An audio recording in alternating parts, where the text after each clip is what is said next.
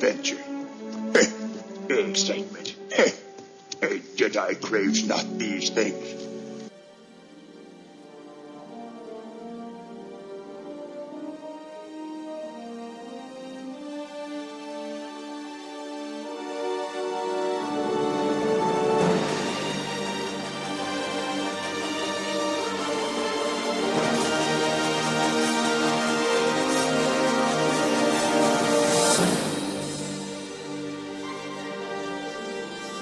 Hello, everyone, and welcome to the Contiengecy Plan Podcast. My name is Jedi Master David, and with me, as always, is Darth Austin. Hello, everyone. Welcome to another week, and we are going to talk all about Dual phase lightsabers. What kind of fuel source do you think they use? Well, I heard it's several different kyber crystals, you know. But, do you think it uses space fuel?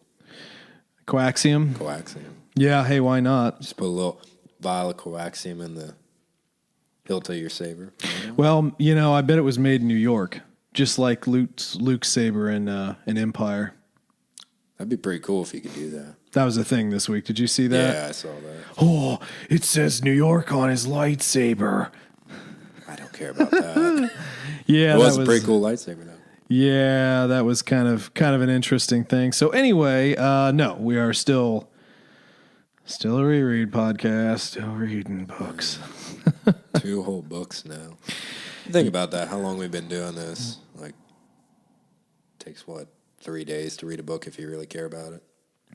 Well, takes us a year. We're slow. Well, I mean, if we really wanted to, we could scratch through this book pretty quick. Mm-hmm. But yeah, we're still reading through Dark Tide 1 Onslaught.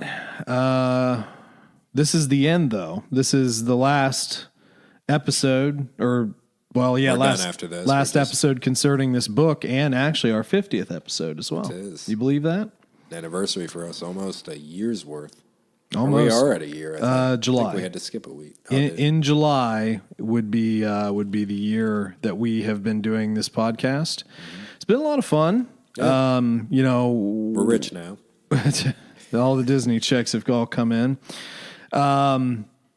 Yeah, I mean it's been an interesting ride. I like getting back into these series and really pushing to read more.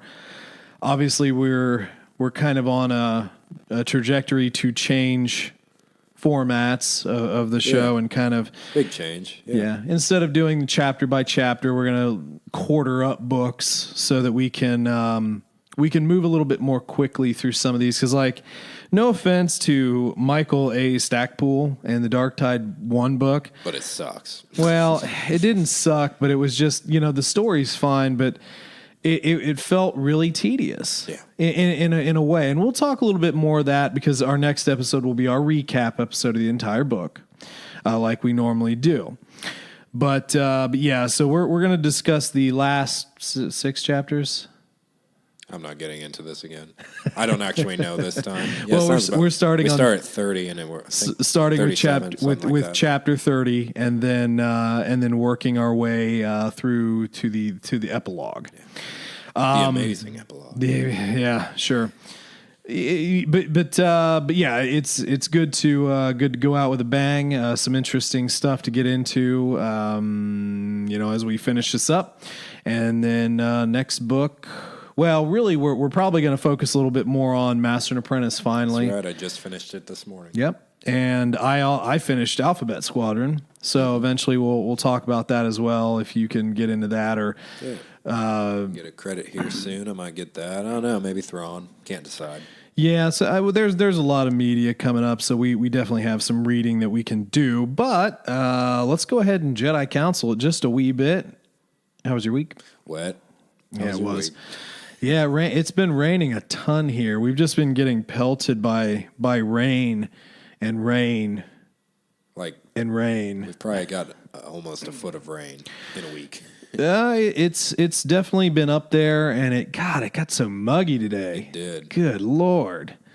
I don't like to complain about warm weather because, we can see some interesting winters, but geez. I like dry, warm weather. I don't like humidity waiting for rain because that's what it was. It was just a crappy day. Yeah, for sure.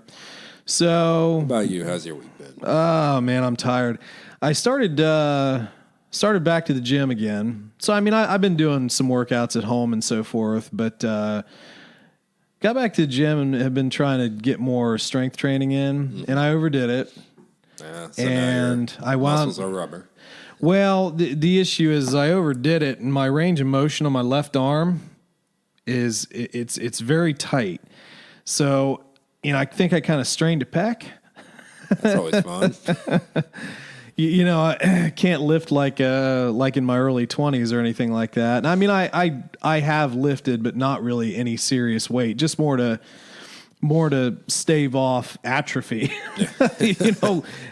just to kind of keep some reasonable core strength, but nothing super egregious. But now I have access. It's like, oh, there's weights everywhere, bro. There's so many weights and protein shakes and stuff. So, plus I need to get a little bit less unfat or not as fat. Oh, dude, shut up, man. Hey, you don't see it. My thighs are massive. My thighs are so thick. They're so fat. They're so thick. No, I get enough work out in at work, but my diet has been terrible lately. I've been changing that finally. Dude. Yeah, you got to keep that diet. And that's part of the thing. That's the worst part, honestly, is switching diet. Well, I like food. I do too. I mean, lots of it. I like food, and unfortunately, we were victims of families who, it's like fast food was a big. Well, not just that, but they'd sit you down with a big plate and tell you to eat the whole thing, and don't eat till you're full. Just eat until you're dead. Pretty much, and we did. And we did. So and I'm still kind of getting over the whole second plate thing. Most families don't do second plate. No, yeah, I know. We're spoiled. But, I always had a really great metabolism, and then it just, kind of hit 30 and didn't quite work out the same at a certain point. So, but I've always had big legs. There's nothing I can do about that. I mean, and they're not fat. I mean, I'm on the stationary bike at, an hour, almost an hour every night. I'm getting back out to, running around playing some basketball, burn calories and stuff when I can get out and it's not flipping raining all over the place. But sure. But yeah, man, just getting a little bit of that gut weight away and trying to not like act like I'm in my early 30s. So anyway, yeah, I'm sure that was very interesting news for you all. But I mean, we all have those journeys and so forth. Star Wars. I know. They're talking about their weight. Star weight. We both feel like Jabba the Hutt today. Yeah. Well, I was. I'm pretty tired. I mean, the past couple of weeks have been really kind of stressful at work, and I just came home or went to go home. We had some big meeting thing that we had to set up for, and blah blah blah, and it was hotter than hell. The entire department shoved in one room, and I'm sitting over there just like fanning my shirt, like trying to like make sure that sweat doesn't drip down. I have like sweat drips down my shirt, and like some big disgusting dude just over there sweating to death. I was like, and we're all sweating. Everybody in this room is just sweating. It's like, why are we doing this? Have AC on or no AC in the room? Yeah, they're being weird about that. Normally they try and chill us out, but this year they seem to be trying to cut back and save money or something. Because that makes people work harder. Well, I'm sure it does. But yeah, anyway, so we did this meeting. So I got out a little later than normal, and I just grabbed some Taco Bell on the way home.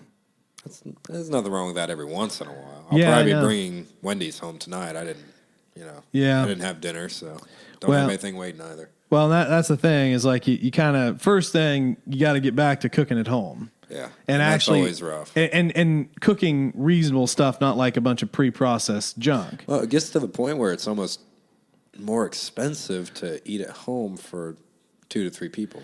It's kind of ridiculous. It can, but the part of the issue is that you have to learn how to make for only a couple people. Right. And that's just something you have to learn, or make enough to have leftovers and make sure your leftovers are tasty enough to take to work. I get tired of leftovers, man. I mean, the time factor is nice, but that's about it. Well, I like fresh food. My thing is I'm only going to eat a meal twice. So dinner and then lunch, and then that's it. Then it has to be thrown away because I don't want to eat anything anymore past that. You don't want to make pasta that's going to last you a week of lunches? No. And eat the same thing? Nope. Won't do it. Won't do that at all. So anyway, I guess maybe enough of our super interesting lives. Oh, so more interesting stuff. I think I have sleep apnea. I know you guys are really excited about this. Yeah, I've actually been. You probably have that in narcolepsy. Probably. Yeah, dude, you have sleeping. Can thank my dad for that, but I've been shopping around for a CPAP here lately. Yeah, I don't know. I mean, were you like snoring a lot or? Yeah, I snore. I don't remember dreams, and obviously I fall asleep wherever I sit. So those are three pretty big signs of it. I haven't had a sleep test or anything. Well, apparently those machines, they, if you do have it and you get those going, it does like a lot of difference for a lot of people.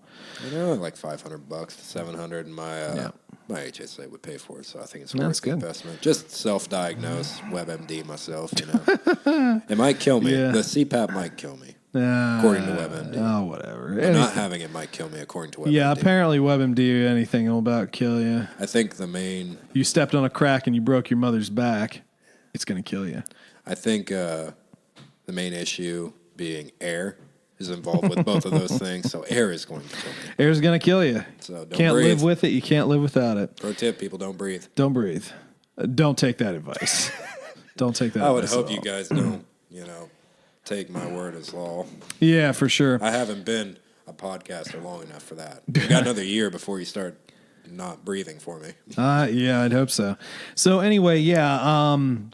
Only other big thing though, tomorrow, because we're recording this on Thursday the 20th, and tomorrow is the 21st. And what's so special about June 21st? Star Wars Celebration 2020 tickets go on sale at noon our time. I mean, they did this last year too, and I think it was at 11. Anyway, they put it in West Coast time, and I think they put it where Celebration is going to be. So last year it was Central Time. So Chicago Central Time.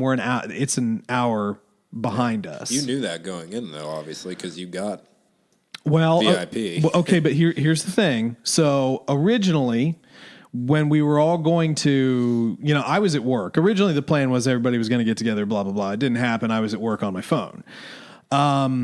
But I had texted him and I said, hey, guys, I just realized this is in Central Time. So when you log on, you have to log on at this time, not that time, because of the difference. And like, no, that's not it. It's like, no, it totally freaking is. Don't play with me.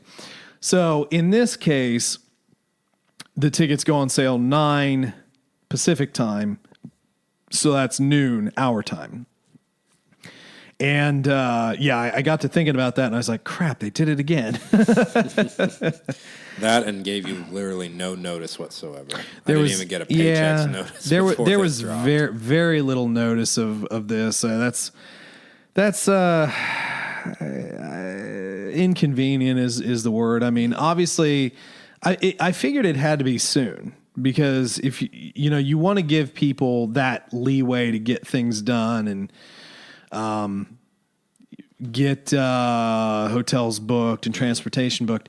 But the issue is that you literally gave like people a week, and it's like, hey, guess what? If you want to go to Star Wars Celebration, you have to decide like a week's time. Yeah. You better have your savings or a nice fat credit card or something like that. At least you get to pay that a year ahead of the hotel and everything, though. That's the only good thing about it. Well, it's smart to definitely book your hotel in advance too, but you can't do it a year in advance for most hotels. But yeah, that's tomorrow. So by the time we post this, we will have already known. So we'll probably post on the Facebook. And when is that? When is it next year? Is it in May or June? August. It's in August. Okay. Let me open the email. August 27th through the 30th. Oh, perfect. 2020. Not a busy time for me. I definitely can get that off. Yep. So, yeah, we're both going out for it. I'm probably going out for VIP tickets again. I'm definitely not. It's too much. I'm looking to spend more or less than that on the entire experience. Yeah. I mean, I hate to say it. It is a little too much, but, now that I've had that experience, it would be kind of hard for me to say, yeah, I want to go wait in line. The shitty part of it. Let's do that. course, you were already kind of in that situation a couple times. The first day. Especially with the store. Well, the first day it was not well organized, and the staff wasn't prepared. And, I don't want to get on them too much, and I've kind of said this before in our celebration episode. It was frustrating. I'm sure. Their systems went down. The people weren't really telling us where we needed to be. It was kind of a cluster, and it made the first day of experience really, really poor. But the rest of it was great. I had no problem getting into anything after that. And to be honest with you, that first day, I'm probably not going to the store first day because why? You didn't even buy all that much. I bought 3 shirts. Yeah. And it's not even like your prints came from that. It was just kind of right. The generic stuff. Yeah, exactly. So, yeah, just got the 3 shirts and that was it. And I was just a wee bit disappointed. Just a wee bit disappointed in that experience, but at the end of the day, that happens. But the rest of it more than made up. Although I will say, though, 4 days, not 5 days, and the tickets VIP tickets are still $900. Yeah. So it's a fairly good deal for the regular pass. It's about $50 a day, but for VIP, that's pretty steep. Yeah. No, it's very steep, and especially seeing as we're on the East Coast, and we're gonna have to fly. We could drive, but that'd be, if another day if we really wanted to take, do a road trip across America, which might actually be kind of fun. Yeah. But I don't think that's going to happen. We'll see, but I doubt it. But, hotel expenses, depending on where we're at, maybe rental, we might take some Ubers or we might walk depending on where we're at. So I don't know Anaheim, seeing as I've never been to California before. But anyway, should be interesting though, and definitely looking forward to that. So the next episode, we will talk about what we had, and then we'll post it on Facebook. Yeah. The day of, maybe I can figure out how to post something, or just get a screenshot of you purchasing it without your personal information. Send it to me, and I'll put it on Facebook.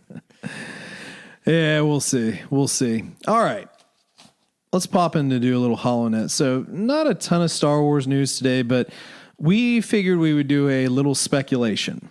Yeah. So, you actually found a video. How about you explain the video you found? Yeah. So, for all of you who watch a bunch of Star Wars stuff on YouTube, the Stupendous Wave came out with a video yesterday discussing the original backstory of Anakin Skywalker, written by George Lucas.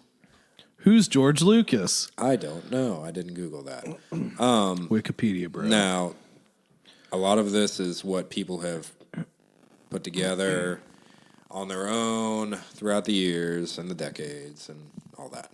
But according to him, he has confirmed that the original backstory for Anakin Skywalker was that he was not in any way related to Darth Vader. He was not Darth Vader. They were 2 separate characters. He was actually a hero of the rebellion. He helped found the rebellion. Knew about his kids. Yep. Sent them away in exile with old Ben. Well, for their protection. Luke, at least. Let's see. So basically, Darth Vader was just another Jedi during the Clone Wars, and in the time of the Emperor, he betrays all the Jedi, kind of in the way that old Ben talked about in A New Hope. The Emperor also seized power in a completely different way, dividing the Senate, half of them following him, half of them not, and mysteriously dying afterwards. The Jedi side. Well, there were some that did follow him, though. Right. There was a Senate, quote, Senate during his reign, yeah. So. But the Jedi gang up with the Senate that does not like him. I can't talk today. And basically they have their own nice little war, and a little bit different from what we got, but yeah, they all end up dying in the end anyway, the same way. Clone troopers still betray him. Mm-hmm. Mm-hmm. So, I don't know. enough of a change to make it interesting, but I don't really think that I would have liked it more. And what do you think? Well, here's the thing to unpack. So basically, you have two separate entities, Darth Vader, who conceivably would have had another name, and Anakin Skywalker. And basically what Old Ben says on Tatooine wasn't a certain point of view. It actually was the truth. Mm-hmm. That, a young Jedi named Darth Vader killed your father. So, first of all, I mean, you could make it work. Makes Anakin a hero of the rebellion. Doesn't give you much intrigue, but doesn't then make you care about Darth Vader in any way. No, you just want to murder him. Yeah. So there's really no arc. He killed your father, so there's it's no redemption. Just revenge. You're not going to spare him. Mm-hmm. At which no reason time for him to kill the Emperor then. And then see that's the whole though. Who kills the Emperor? Mm-hmm. So then Luke kills the Emperor after he kills Vader? Or does Vader kill the Emperor just trying to seize power and trying to take Luke on Master and apprentice? Yeah, okay. Yeah, I mean, there you go. That could solve that hole. Ultimately, there's no tragic backstory to make the prequels as interesting. Kind of makes Obi-Wan seem like a bit of a dink, useless. Though. Yeah. So he, okay, Obi, just go guard my kid on Tatooine. Thanks, bud. I'm gonna go, start a rebellion. You can't be a part of it. Yeah. So that I wouldn't understand much of. I mean, because Obi-Wan at that time still had some exuberance left. I mean, it's not like he was old. Yeah. So I do understand it though. I do get it. But, first draft, sure, it makes sense. Yeah. I like to see how it evolved. That's the coolest part for me, seeing how the script evolved. Yep. Now, did that come directly from George Lucas's mouth? Yeah, that's the problem. It's a little muddy. He says that it's confirmed by George Lucas, but there's no article to prove it. There's no quote. There's no tweet. There's no anything. Yeah. I don't know. Yeah, so I wouldn't think he would come up with just a theory like that because he is a pretty legitimate YouTuber. Is he though? If his source was good, where he found it from. Yeah, I mean, it does make sense from a certain point of view. I don't know. I don't think it would have made the story any better or any worse. Like I said, I think it would have cheapened the prequels for me. It would have been interesting in a way, maybe if there was But Anakin and whoever Darth Vader would have been back then were very close, there could have still been a tragic backstory. That's essentially kind of the story of Obi-Wan Dooku. And Anakin. No, well, Dooku. Yeah. I mean, because Dooku and Sifo Dyas is oh yeah, here's your Jedi buddy, and here's your Jedi buddy who winds up being the Dark Lord, and and kills him. So Dooku's just younger, and he's Anakin's buddy. Yeah, story. I don't know. I'm good. I'm good on it. I mean, I do get it. Sounds better as a book plot than a movie plot to me. All right. That's about it. There's no real news. That was about it. Just speculation. Yeah, it is. The only other real thing was the Rise of Skywalker script made Kerry Russell cry. I did it. Yeah. I read that somewhere in an article. Did you? On the internet. Okay. Yeah, no, that's about it. Honestly, the only other thing I've been watching some videos from some folks going to Galaxy's Edge. Watched a couple of the things where they're making lightsabers or lightsabers. Yeah, that was pretty cool. I didn't see them be built, but yeah, I've seen. There's a few videos. Some people have went in there and actually filmed it. So that's pretty cool. People finding the dark kyber crystals, which don't do anything different for the saber. They're just blacker. But does the kyber crystal imprint upon you when you buy it for $200? No. Does it imprint it on you? No, not at all. Just does his thing. But it's cool. It's definitely cool. I would do that in a heartbeat. And then they have their $100 sabers, which are some replicas. They have these little boxes, neat little plastic boxes. They come in and same quality as the build your own. I think no, they're different. I think they seem to look a little slimmer and not quite as heavy. More for display then.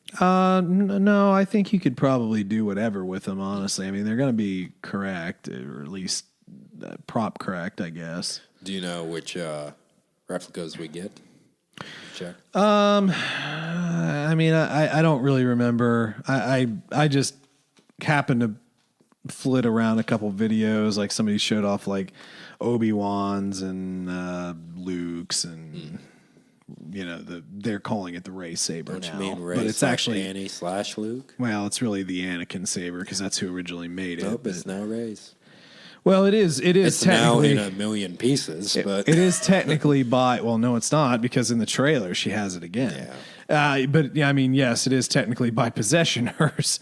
But there again, when you think about it, Luke's second saber was built off of a prototype that he found in Obi-Wan's hut.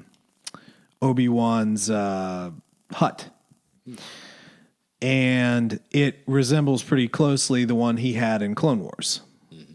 Which, to be honest with you, like, I don't know what happened to his, what do they call it, the Guardian saber from like Episode 1. I don't know what happened to that one. I guess I've never. I think he changed sabers when he changed his fighting. But to be honest with you, the saber in Episode 1 is probably one of my favorite sabers. Yeah, it is pretty cool. The little crown on the hilt and everything. Just needs a green blade. Yeah. But yeah, I thought that saber was sweet. Mm-hmm. But I mean, again, the one that Luke made in a deleted scene in a cave on Tatooine was something he drawn from a plan from Obi-Wan's hut, which again looked a heck of a lot like the one he carried in Clone Wars. There's a lot of deleted scenes about Luke that would be real nice to have. Luke, give me the deleted scenes.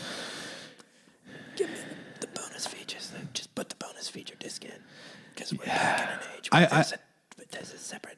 Well, that's actually, if there's one thing that I always thought was stupid. So here they put in all this extra crap and remastered stuff, which is fine. I don't want to act like I'm downing it. But they couldn't have put that one like 10-second scene in there of him constructing a lightsaber in a cave on Tatooine before he goes Jabba's palace. No, that's like the coolest flipping thing ever, and they never like show them like assembling the lightsaber. George probably has that reel in his home. He probably uses it as a coffee coaster. You can get it. It's on YouTube. You can view the scene on YouTube. It's out there. It's just I don't understand why that was. We just don't see it. We don't see it enough, if at all. The construction of a lightsaber, which was what was so cool we really about. Don't see it, period, except for in I believe the Clone Wars has it. Yeah, which was one of the cool things about the Vader comics. This most recent run of Vader comics, in the early stages, he's actually showing you the corruption of a kyber crystal, so that he can construct his saber as Darth Vader. You know, he wasn't using the synthetic crystals like Darth Maul had. Right. He stole in the old Sith form and way. He stole a kyber crystal from a Jedi master, and then corrupted it. And it fought, and the crystal fought back. We need to talk about this comic sometime. Yeah, we do. Of course, I need to finish reading that series. Can you get that through Audible? No.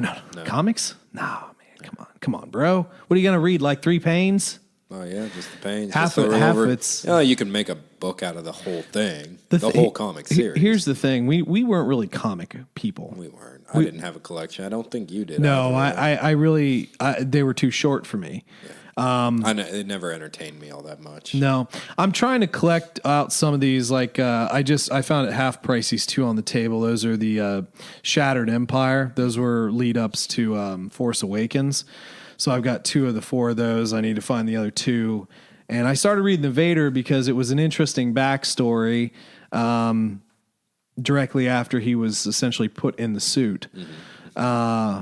So some of them have some really interesting backstory, but when I was a kid, I didn't really care about them. Right. So, I mean, I'm not really a comic nerd, so I don't really know everything about comics, but, you know, I mean, they're just short little stories, so now I can appreciate it a little bit more, I think. Marvel fans are screaming at us right now.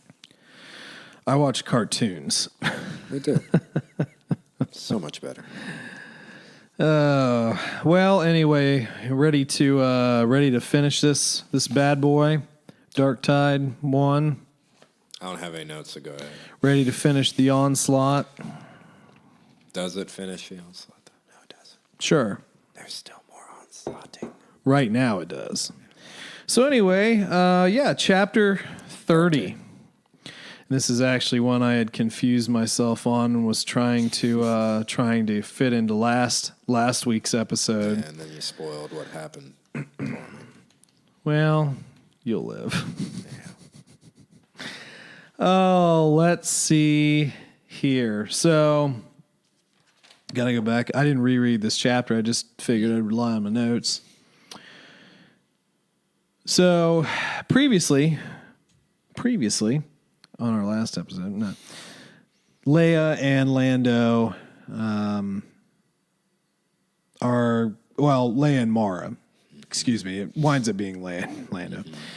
They're going out and basically trying to help these refugees, you know, trying to get them where they need to go, right? And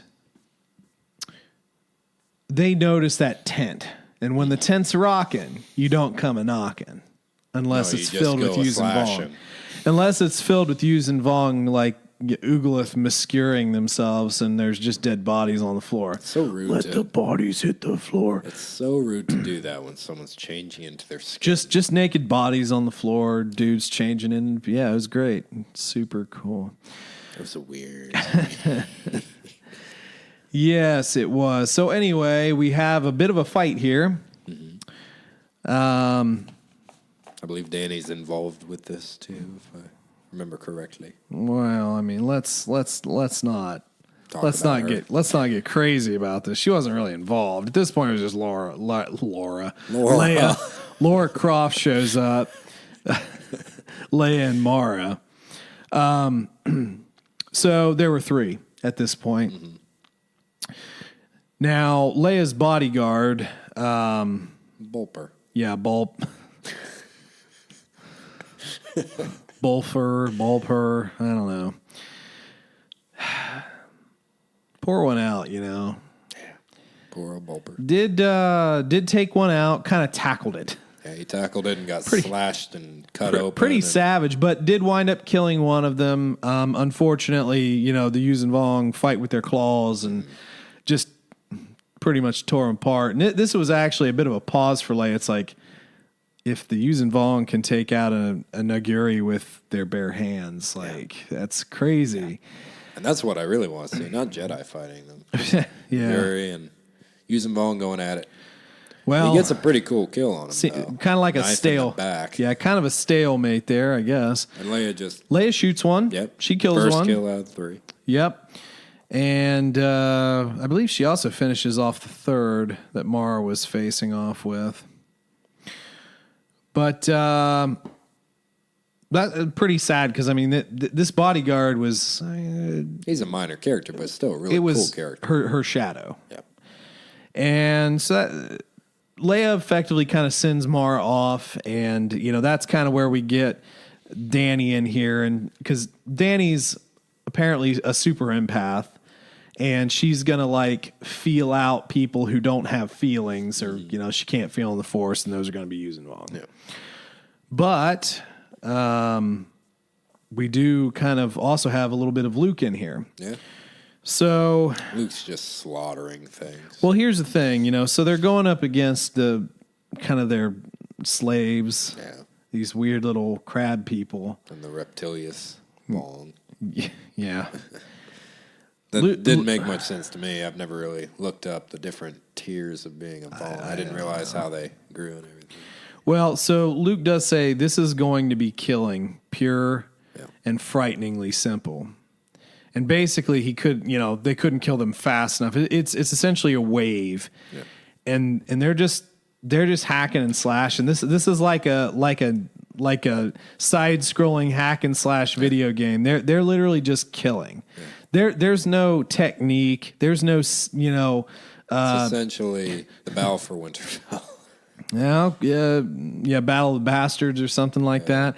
But there's no form 2. It's just we're just gonna kill you. Yeah. Because these slave things aren't necessarily like trained soldiers, right? And we'll figure out overwhelmed with numbers. Yeah, I mean it's just sheer Hulk. It's numbers being thrown at him. And Luke's really, there's an inner monologue about he's not used to this type of warfare. He's a pilot. There's certain romance in, one-on-one pilot combat, whereas this is just slaughter. Yep. We do also get a kind of a cool little thing here with Elagos, the senator. So, Mr. Fields. Well, we know that he had taken command of a ship and was basically using that to fire on the Yuuzhan Vong's actual ship. But he kind of figures that didn't really do much damage, so he comes back and tries to assault the ground. So he's firing at the Yuuzhan Vong's ground troops. Didn't have any success against the ships. And then we have a moment, where essentially he says, well, it's fortunate the troops didn't have like the void shields. Mm-hmm. And let's see here. Was it Anakin? One good push, and he kind of sees here. He's like, well, like one good push, and like people would just fall back into each other, into the voids, and you'd have like a domino effect. This hilarious domino effect of each. It'd kind of be like just playing around in a computer game where you're just like, I'm gonna spawn all these things. Oh, jeez. See what happens. Yeah, it was really kind of weird. But Luke, basically, we end the chapter. He says that's it. Yeah. So he's effectively thinking about a new tactic. Mm-hmm. So that's where we're sort of leaving that chapter. And then we get into the worst and best chapter in the book. In the whole book. Yeah, you might have really liked this. I actually kind of didn't write too much on it, to be honest with you. So chapter 31, we get back with Karn. We had last left them. They had rescued the students. And he basically tells Gander to scamper. It's like, get them out of here. I'll take on the Vong. He's like, are you sure, old guy? He's like, get out of here, you little whippersnapper. So he's taking on 2 Vong. Now, we do get a little bit of backstory on his saber, which was pretty cool. Yep. So his lightsaber hilt was made from a throttle assembly of a speeder bike. Cool.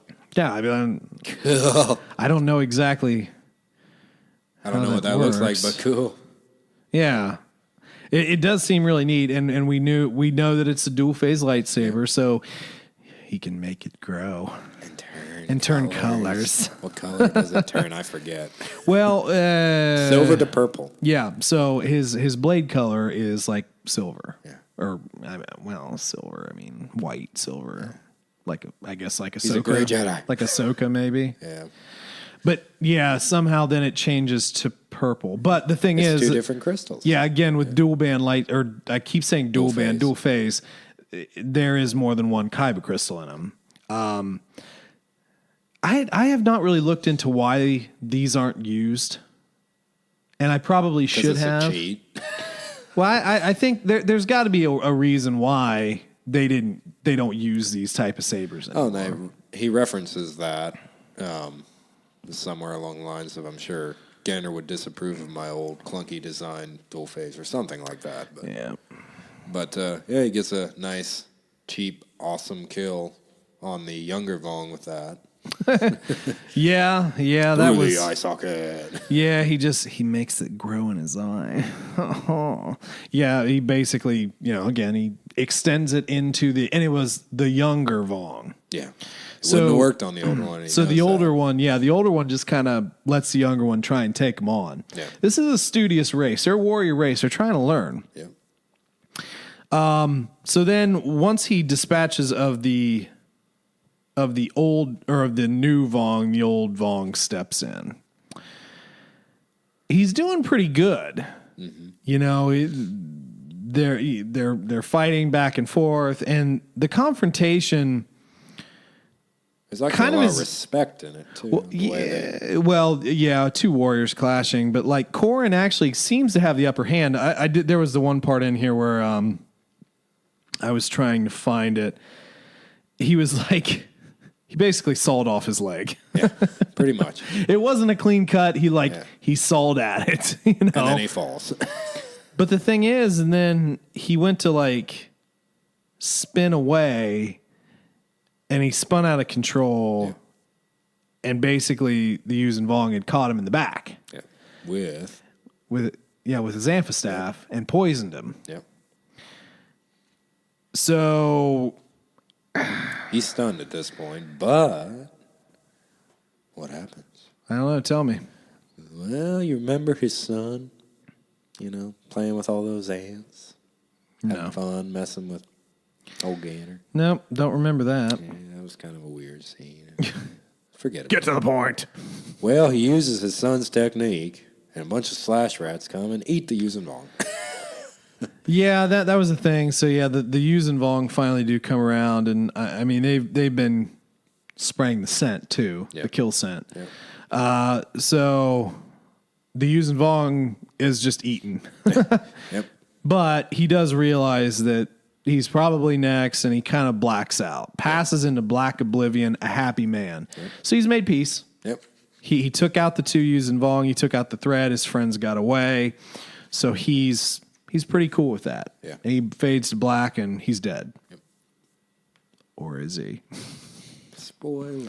He's dead. No, I'm just kidding. Oh, chapter 32. So we're actually back with Gavin. Yep. And old Jaina. Sticks. We got Sticks. You know why they call her Sticks? Because she's got a lightsaber that's like a stick, and she's got like a throttle stick on her ship. What if she didn't have a throttle stick, but she had a dual phase lightsaber? Then she'd still be Sticks. Yeah, it's all Sticks. So Luke essentially gets a hold of the command, and he's essentially saying, shoot 4 torpedoes at that big Yuuzhan Vong vehicle. Just shoot them. Just do it. It'll be great. Hold my beer. To be honest, I had to read this part a couple of times. It was a little hard. Confusing. It's a little hard to track. It's like I want to find a weakness in the Yuuzhan Vong, but I'm not quite sure how to explain it. Yeah. So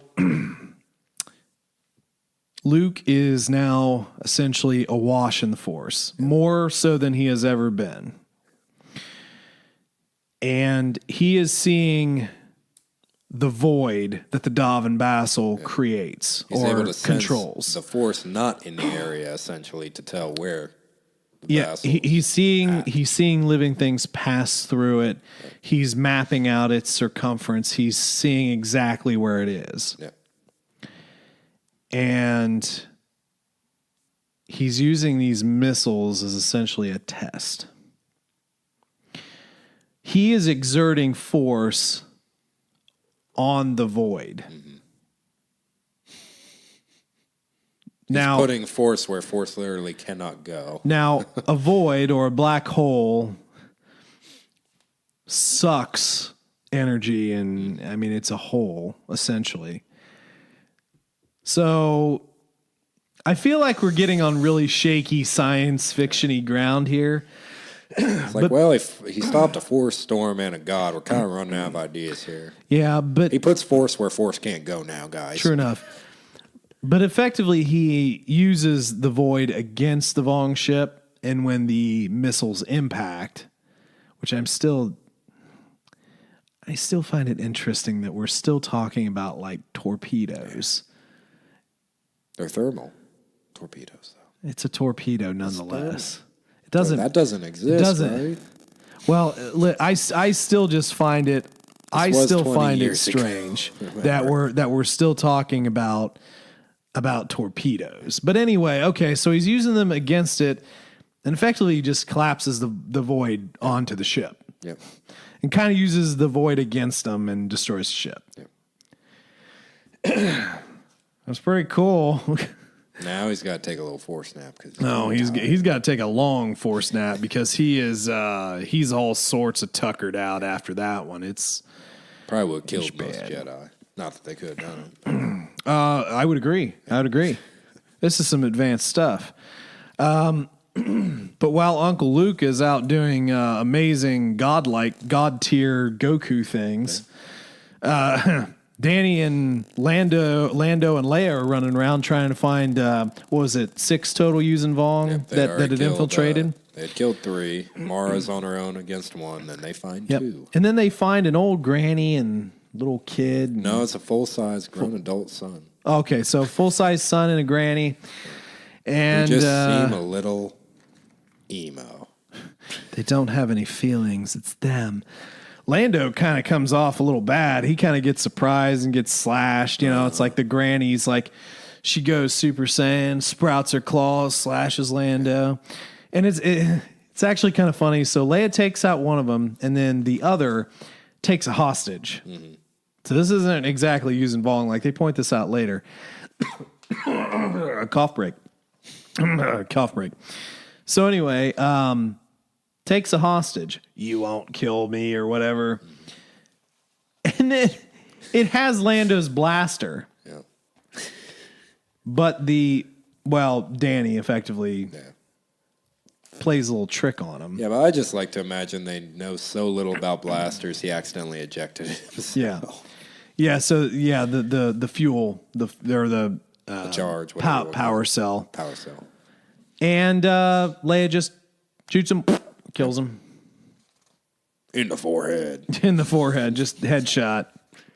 360 no scope. Yeah.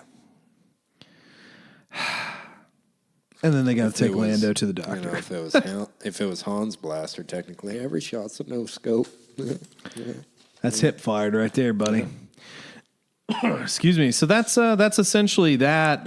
Except at the end, they are now attempting to leave Dantooine. Yeah, Leia's like, no, we're not going to win this. Time to go. Yeah.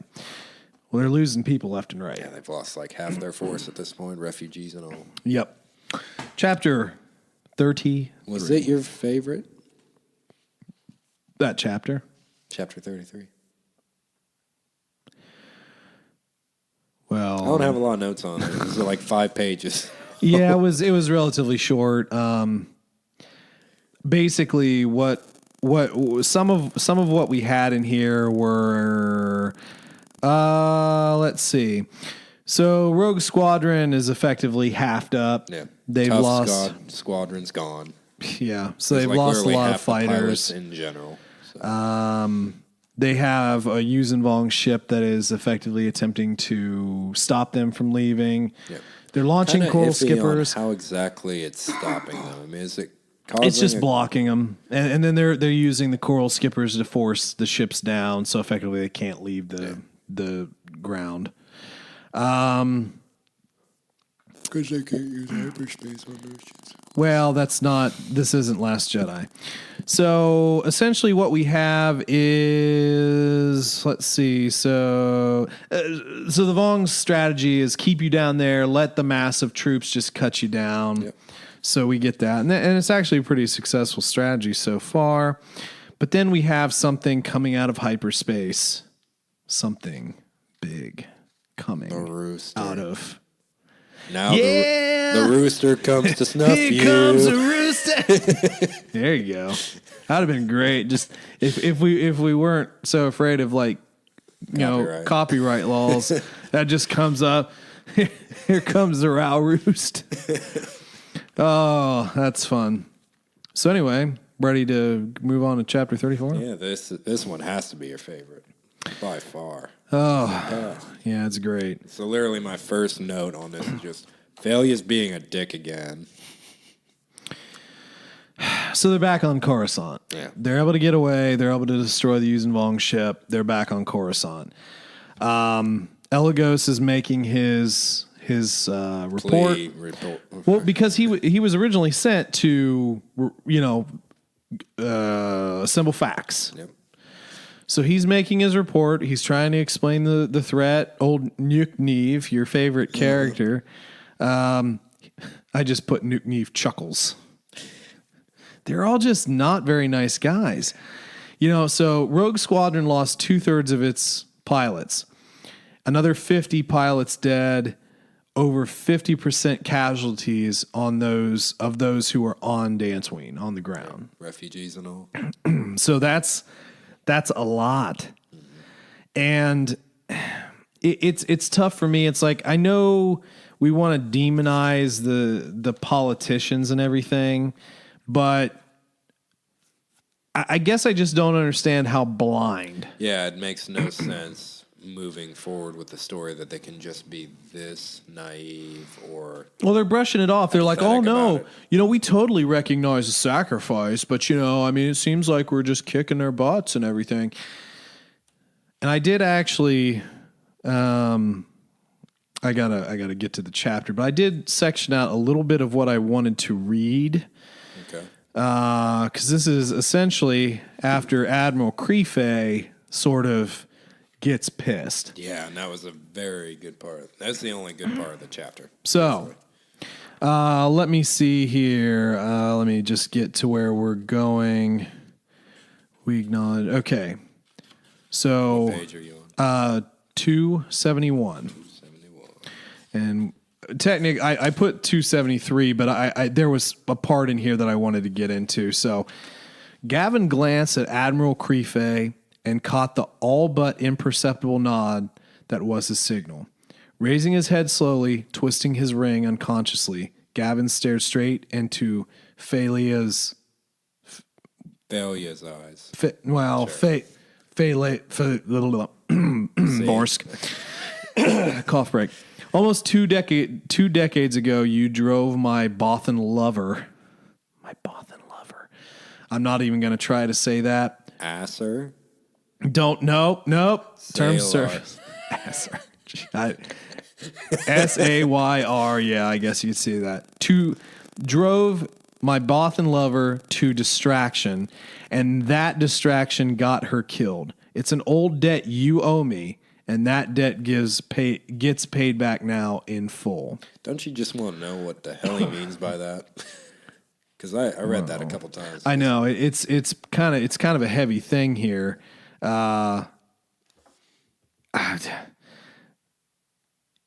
It's heavy. Yeah. And this is Gavin. Yeah. So Gavin had a Bothan lover, little interspecies. The first time I read that, I read it wrong, and I thought it was Creefay. Because they are both Bothans, both him and Borsk. They're actually cousins. Exactly. Or maybe that's just how their species. So here we go. If you value our effort, Chief Borsk, I'm not saying his last name, then I have to wonder why you're working so hard to deceive me, to deceive the rest of the New Republic's military. Borsk. Yep. You need to say it deep, but Borsk. Just like really emphasize that I can't say his last name. And the blinked, and the fur on the back of his neck rose. You will forgive the insubordinate. You will be forgiven. You will be forgiven for the insubordinate outburst, Colonel. You are clearly overwrought. Gavin stood slowly, letting his body. I want to show them I am something they never. Okay. I'm stronger than you, Borsk. Okay, Chief. Just say it. What's his name? Chief. No. Borsk. Jesus. Come on. Keep up. Wrong one. And here we know the truth. The only reason the Kuruska fire was at Agamar. It sounds like a World of Warcraft planet or land, not planet.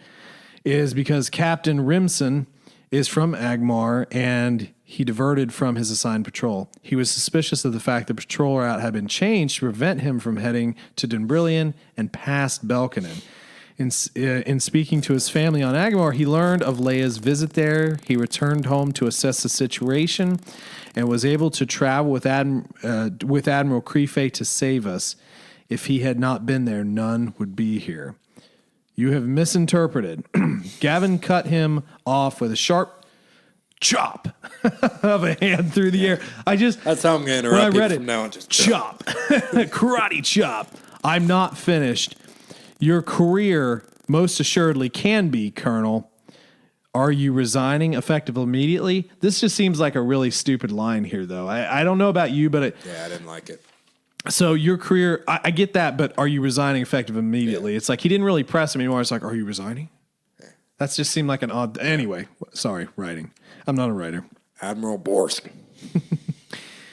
So this is where Creefey snaps off a quick comment in Bothan that brought... Borsk. Jeez, gotta be quicker. Head around as if he had been punched. The chief of state clawed curls of wood from the table. He snarled a comment return. Admiral Creefey came smoothly to his feet. Oh, I dare. Yeah. Oh, I dare, cousin. Speak to you in that manner because you have grossly overstepped your bounds on this. Did you expect we would not know of Brimmeal? Did you expect we did not know of the sightings of Yuuzhan Vong on Garki? Garki? Yeah, Garki. Garki? How many other worlds that Yuuzhan Vong... I just like imagining him questioning himself, like, did you not think we'd know about Garki? So here's the thing. They're accusing Borsk of effectively knowing... Hiding information. Well, yeah, hiding information.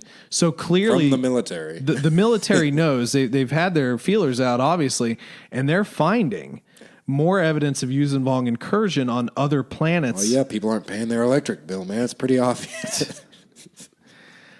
Yeah, so... The actual council is shocked at this. And the Celestians like, how could you know? Yeah. In other words, yes, we did that. Yeah, and then, Borsk is still trying to, backpedal. You can't prove your crap. Let me see here. And then he again goes after Darklighter again. Again, Colonel Darklighter, are you quoting from a resignation letter? Which is a really weird way to say it again. Yeah, you rogues quit the New Republic once before and we survived. Okay, so let's think about that. They quit after the war had finished. Yeah. There was literally nothing left for them to do. Yeah, exactly. Perhaps I'm resigning, blah, blah, blah. Okay, here's actually where I wanted to read here. Yeah, so this was good. I'm talking the only thing that makes sense. You're all politicians. You are all politicians. Your focus, there's a lot of you, yours, and yours in here. Your focus is on acquiring power. Why? So you can make lives better for some people. This is a laudable goal. But your efforts collapse when true crisis arises. An earthquake shakes a continent and kills thousands. You take the blame even though it was not your fault. Why? Because you have too few regulations about how the buildings were to be maintained, or your rescue operations were too slow.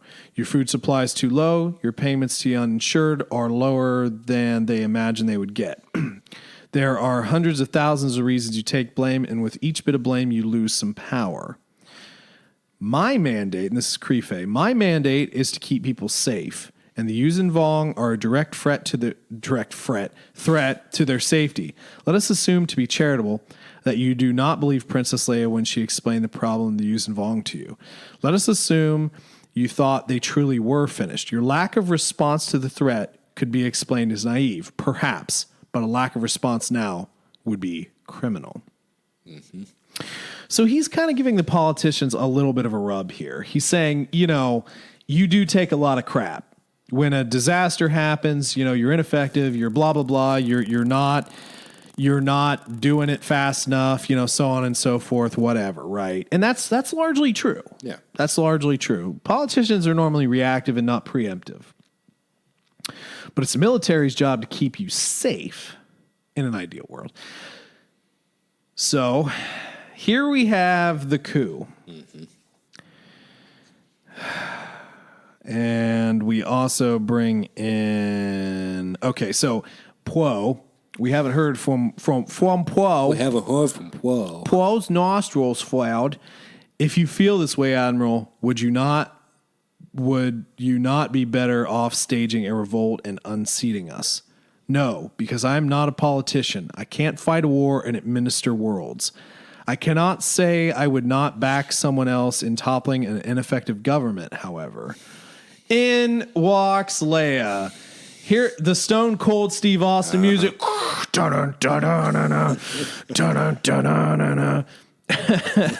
So, this is it then, Leia. She administers a Stone Cold Stunner, tosses Creefey a beer, and they just drink off in the sunset.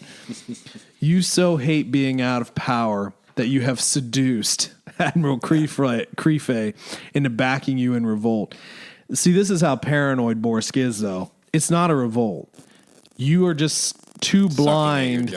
You just are too blind to see that, that things are going against you. You're literally like letting one of the greatest threats here pass you by. You're hiding information. You're not listening. What else can they do? What else can they do? But they're not really revolting. They don't want the power. They just want the reaction. Mm-hmm. They want help. Yeah. They've just lost a ton of people. Let's see here. Do you wish to establish a Jedi? I can't. Hegemony. Yeah, thank you. Thanks, bud. I appreciate you reading for me. To rule the New Republic. Will your children inherit your position after you? Yes. Yes, they will. I think monarchy was what they were looking for. No, hegemony is the correct word. My brain just stopped when I...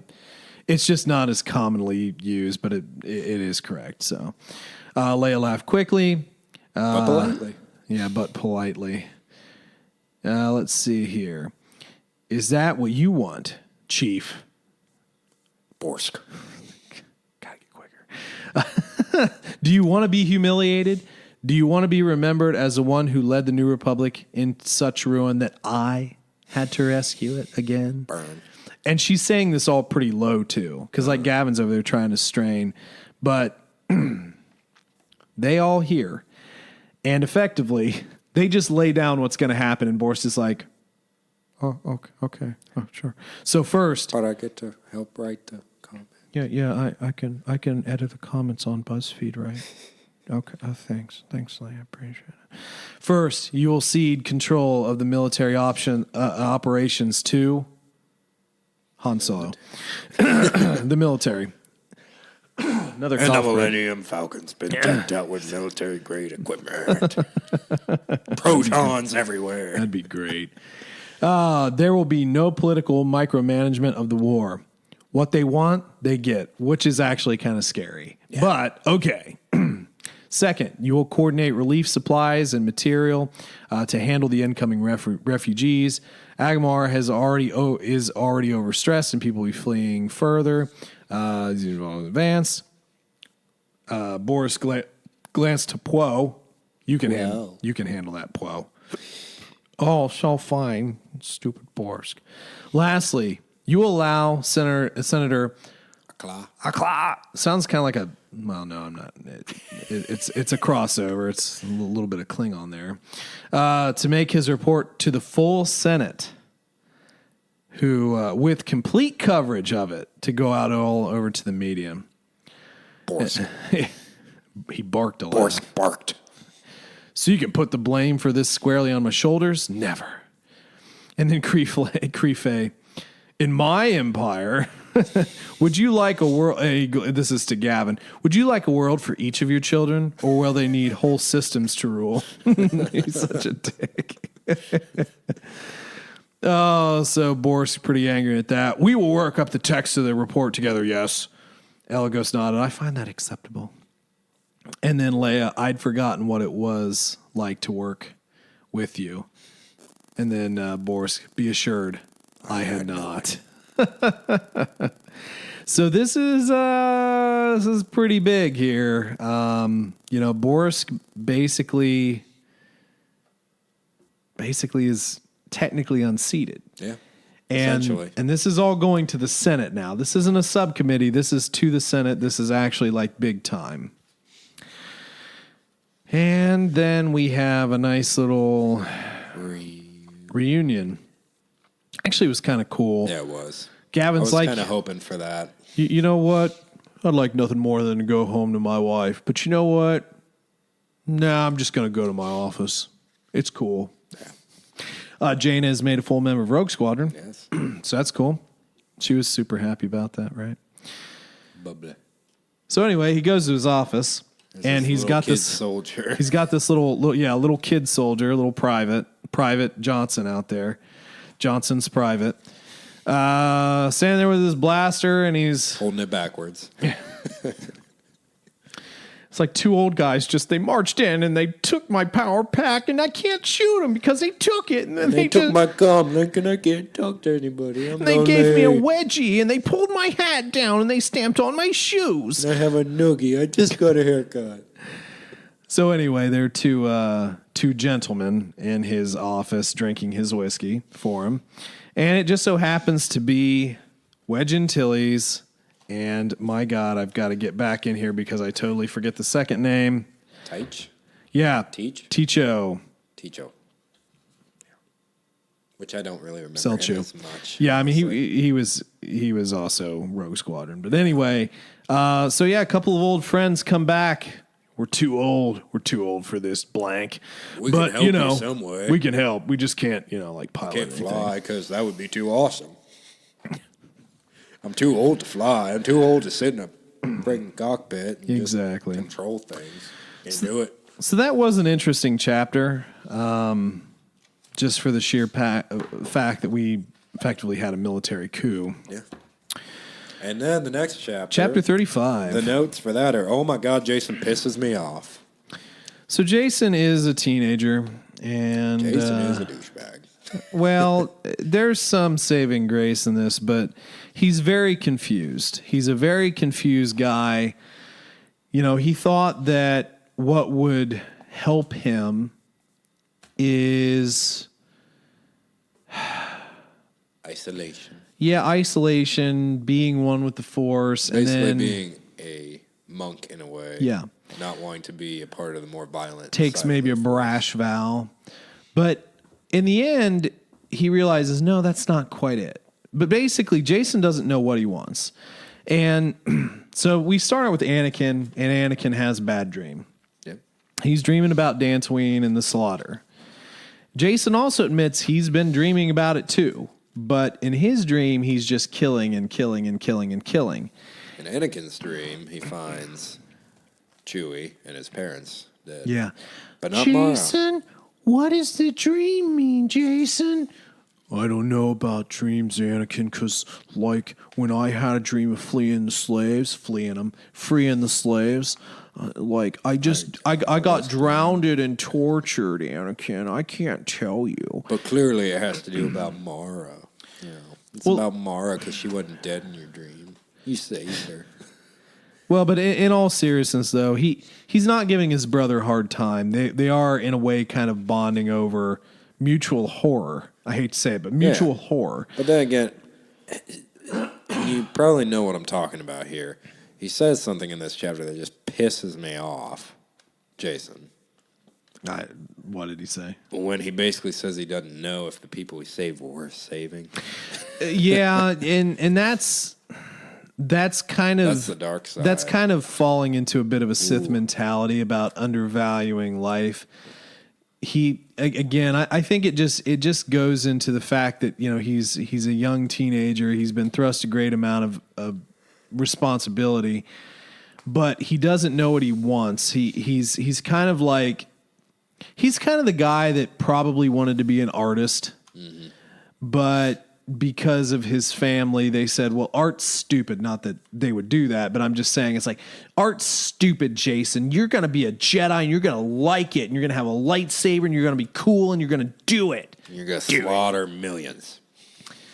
But, at the end of the day, his indecision is pretty dangerous for a Jedi.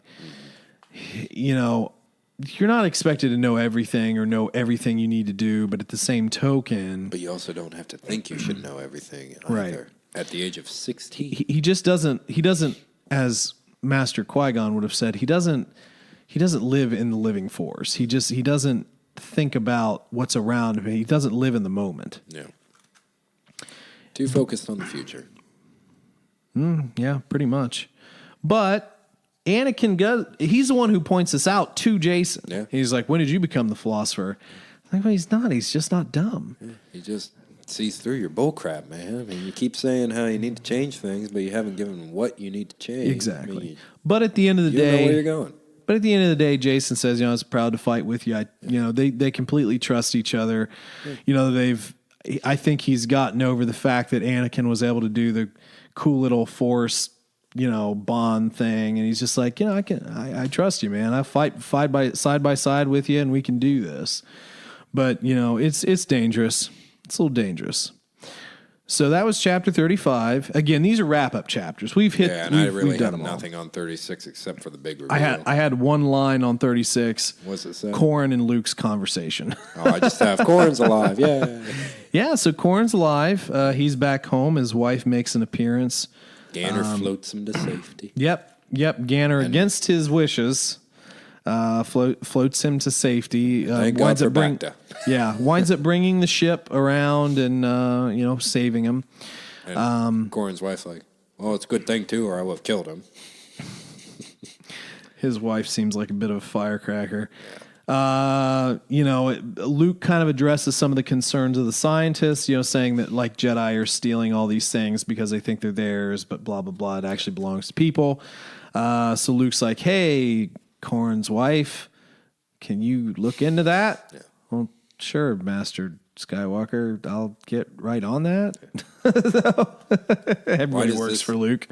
It's like, why does this have to be my character development? Yeah, why do I have to do this? So, but yeah, Corrin has he's recuperating, and that's it. That's literally it. It's just speculation of what happened. Yeah, they're just kind of recapping to each other where they've been. Yeah. And the end here is the epilogue, which is essentially not your favorite. Well, no, I mean it's fine, I guess, but it's just Yuuzhan Vong from the Yuuzhan Vong point of view. And I was really hoping it'd be about Danny and Jason going out on a date. Nope. Him being rejected again. Going out on a date with Danny. I think that's going to be the turning point for him. All the rejection from Danny. He'll just snap because of that. So we have a Yuuzhan Vong in the epilogue. Shi Dao Shai. Jedi Shai. Something like that. He's a Yuuzhan Vong commander.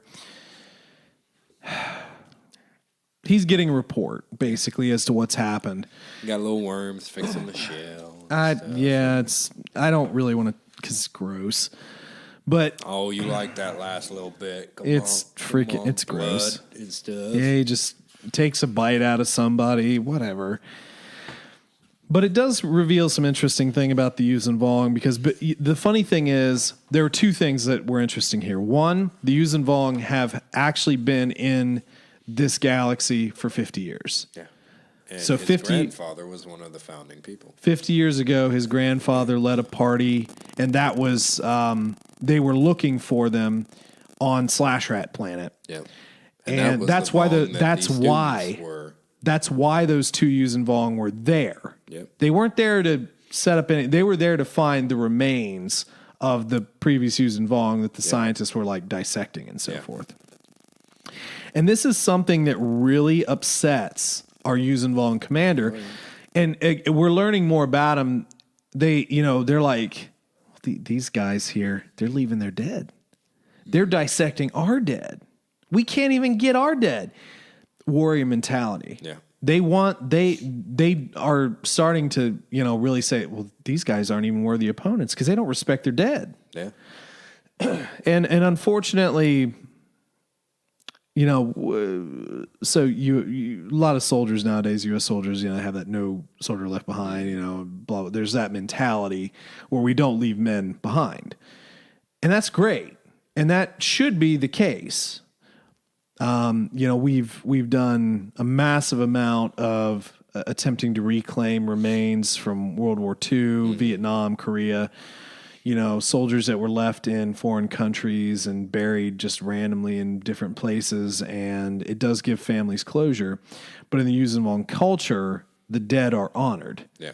To die in battle is an honorable thing. They mutilate themselves. They engage in battle. They engage in war. They do this stuff because that is their culture. And they're looking at us and they're saying, these guys are just little just annoying little flies. Yeah. They're nobody. So, and Jedi. Yeah, the Jedi. JEEDAI. Yeah. Those Jedis. So anyway, it's just kind of giving a report. This is what's been happening. And then he just takes a bite out of something. What was so basically what was happening was this worm was cleaning up the shell and it sucked up some of Korn's blood. Oh, yeah, that's right. They have a revelation that he escaped because they didn't find his body. They're like, they obviously took the body. He's alive. Yep. And he's the one that is blamed for his grandfather and all that. So Korn's got like a target on his back. Yeah. So basically he takes the worm that has Korn's blood in its body now, and he just takes the bite out. He's like, the next time I taste this blood, it'll be while I kill him. Yep. It's weird. Yuuzhan Vong, man. Yeah, Korn bear, practice with that dual face, see if it works on this. We're done with another book. We are. Book number 2, that's the finish of it. We will be back with a recap episode, final episode for this book next week. Yep. And then we'll be on to Master and Apprentice review. Yep, Master and Apprentice will be going through that, and then we will hit the next Dark Tide book after that with our new format. What is Dark Tide? Oh, dude, I wish you wouldn't ask me. I was say that here. I was trying to gloss over it because I don't remember. I don't either. Don't feel bad. It is probably in here somewhere, though. Well, what's not in also mine? by Michael A. Stackpool should have it. No, it's not because mine's a copy, first edition, so I don't know. You might have it in yours. Just look in the very end. No, it's there. Where you had the map out. This is interesting media, isn't it? Right here. So look down at the bottom. Does it list anything else after this book? No. Okay, so you also have a first printing of the book, so we'll get you that in the recap episode. Yeah. It's Dark Tide 2 I got it or something. I just can't remember it. So anyway, that'll be our next journey, and again, that'll be using the new format. We'll quarter that book up and get through it a little quicker. So it'll take about a month per book now, and we'll then have some more reviews spiced in between them. Yep. Yeah, and that'll give us more room to sprinkle in a couple of other things. So I think you also need to get into the Darth Bane trilogy, and probably we can talk some Old Republic stuff. Some Revan and Malgus and I can reread Revan. Couple things. Been one of my favorites, so always up for talking about that. For sure. So everybody, thank you very much for stopping by again. We definitely appreciate the listens and some of the comments that have come through on different avenues of media. If you do want to interact with the show, you can hit us up on Facebook, send us a message, let us know your Star Wars story, and we'll read it right here on the show. You can also send us long form as an email at tcplanpodcast@gmail.com. We have our Patreon page up if you'd like to help out the show. It's a great place to do it. We have our Dinner with the Patrons series, which is just little fun videos where we just kind of chat and eat junk food and, just have a conversation. A little bit of extra content for you. So, have I forgotten anything? I think we have all our shameless plugs out of the way. Shameless plugs? Okay, good. We waited a little while on this one, but it's all good. I like to sprinkle it in different areas of the podcast. So anyway, folks, hope you have a great rest of your week. Thank you for stopping by. And as always, may the Force be with you.